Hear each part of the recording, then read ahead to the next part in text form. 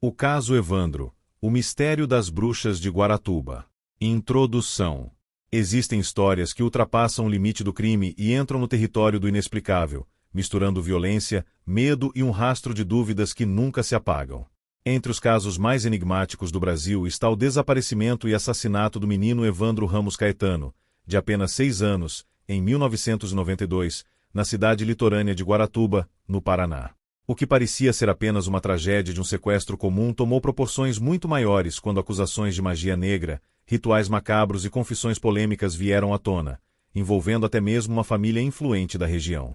Aquele que é conhecido como o caso das bruxas de Guaratuba foi uma tempestade perfeita de medo, mistério e polêmicas judiciais, deixando perguntas que permanecem sem respostas claras até hoje. Você sabia que as confissões que sustentaram as acusações foram obtidas de maneira questionável? Ou que rumores sobre pactos com forças sombrias espalharam pânico entre os moradores? Este caso continua a dividir opiniões. Foi um ato brutal cometido em nome de algo sobrenatural ou uma manipulação que encobriu os verdadeiros culpados? Aqui no Crimes Diários, trazemos as histórias mais inquietantes e misteriosas para você. Então, antes de continuar, já deixe seu like e se inscreva no canal para não perder nenhum detalhe desse e de outros casos que ainda mexem com a nossa mente. Prepare-se, porque o que aconteceu em Guaratuba vai muito além do que a maioria das pessoas está pronta para aceitar. Capítulo 1. O desaparecimento de Evandro.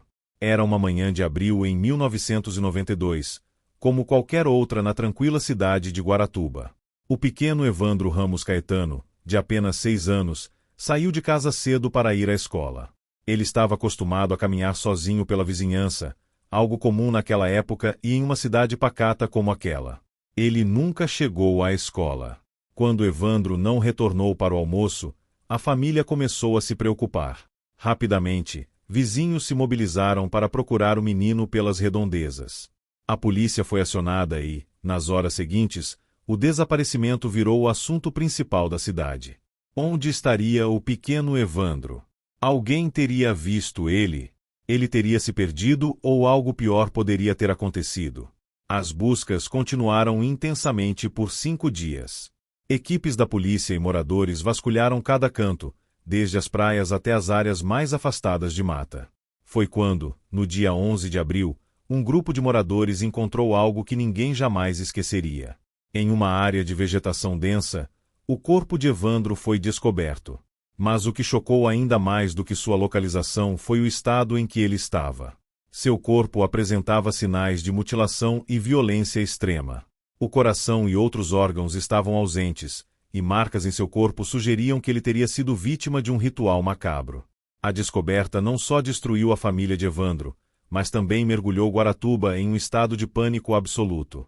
A polícia local, pressionada pelo clamor público, começou a investigar todas as possibilidades.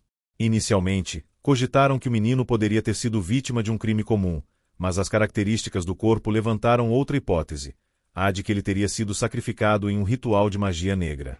O medo de que algo diabólico estivesse por trás da morte de Evandro dominou os noticiários, que passaram a cobrir o caso de forma intensa. Com o avançar das investigações, começaram a surgir relatos de moradores sobre práticas suspeitas realizadas por pessoas influentes na cidade. Algumas vozes apontavam para rituais realizados em segredo, envolvendo figuras de destaque da comunidade local. Mas quem realmente teria a coragem de fazer algo tão bárbaro? Como uma cidade tão tranquila poderia abrigar um segredo tão obscuro? Essas perguntas passaram a assombrar não só Guaratuba, mas o Brasil inteiro. Conforme mais detalhes começaram a vir à tona, o caso deixou de ser apenas sobre o desaparecimento de uma criança e se transformou em um dos maiores mistérios da história criminal do país. E, como você verá, a verdade por trás do caso Evandro é tão perturbadora quanto as dúvidas que permanecem até hoje. O que aconteceu naquela manhã fatídica? Teria o pequeno Evandro cruzado o caminho de alguém com intenções macabras ou se tornado vítima de algo ainda mais sombrio? Capítulo 2. As confissões e as bruxas de Guaratuba. O caso que já parecia aterrorizante tomou proporções ainda mais assustadoras quando a polícia anunciou uma grande reviravolta. Haviam identificado suspeitos. Após dias de investigação, Celina e Beatriz Abage, mãe e filha de uma família influente de Guaratuba, foram acusadas de liderar um ritual de magia negra que culminou na morte de Evandro. Mas como as autoridades chegaram a essas conclusões? Segundo os registros, a polícia recebeu informações de que Celina e Beatriz teriam participado de uma cerimônia para atrair prosperidade. A ideia, segundo os investigadores, era que o sacrifício de uma criança os ajudaria a conseguir favores espirituais e financeiros. Os indícios, no entanto, não pareciam conclusivos. Então, a polícia recorreu a interrogatórios longos e, como se descobriria mais tarde, torturantes. Celina e Beatriz confessaram o crime, fornecendo detalhes horripilantes. Descreveram como a criança teria sido atraída, como o ritual foi realizado e até os momentos finais do menino. Suas declarações foram tão detalhadas que muitos acreditaram imediatamente na culpa delas. As confissões pareciam resolver o caso, mas algo estava fora do lugar. Pouco tempo depois, as duas mulheres alegaram que haviam sido submetidas a tortura física e psicológica para confessar. Relataram sessões de agressão, privação de sono e ameaças. Um detalhe que chamou a atenção foi a precisão com que descreveram atos que sequer haviam testemunhado.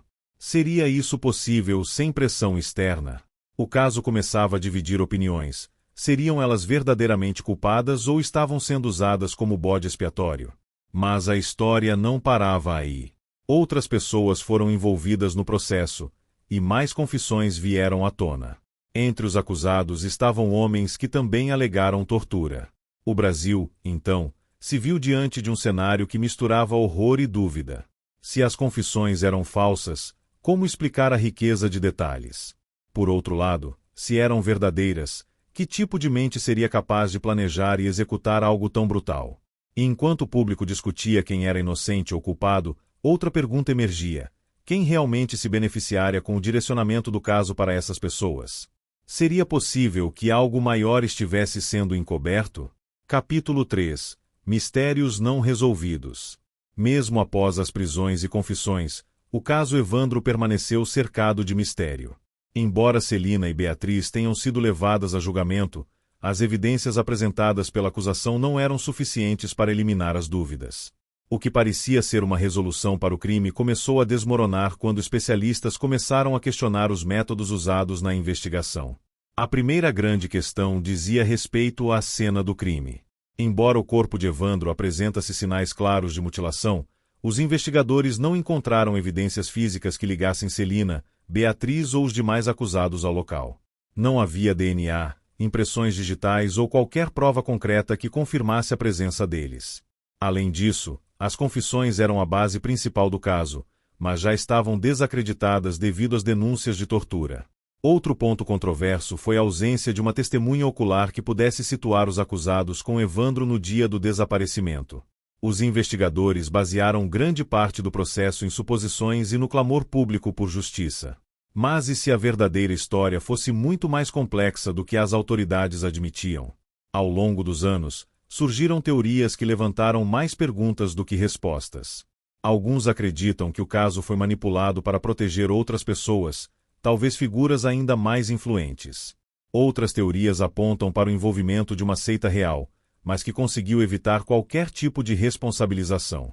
Havia também aqueles que defendiam que o crime não tinha nada a ver com rituais, mas sim com um ato isolado de violência que foi erroneamente interpretado. Mesmo hoje, mais de 30 anos após o ocorrido, os mistérios persistem. Por que Evandro foi escolhido? Os acusados foram de fato responsáveis ou tudo foi fruto de uma investigação falha? E, o mais perturbador, se os verdadeiros culpados nunca foram identificados, estariam eles livres, vivendo normalmente, enquanto uma família inteira foi destruída por sua dor e perda? Essas perguntas continuam a ecoar, tornando o caso Evandro não apenas uma tragédia pessoal, mas também um enigma nacional. Para muitos, é um lembrete de que a justiça nem sempre traz clareza, e de que algumas histórias podem nunca ser completamente contadas. Conclusão: o caso Evandro não é apenas um crime, ele é um reflexo dos mistérios mais profundos que rondam a natureza humana e a busca pela justiça. Mesmo décadas depois, ele continua a nos assombrar com suas lacunas e incertezas. Seriam os culpados aqueles que foram julgados? Ou o verdadeiro responsável ainda está em liberdade, carregando consigo segredos de um dos crimes mais misteriosos do Brasil? Se você ficou intrigado com essa história, deixe seu comentário com sua opinião. Será que o caso realmente foi solucionado?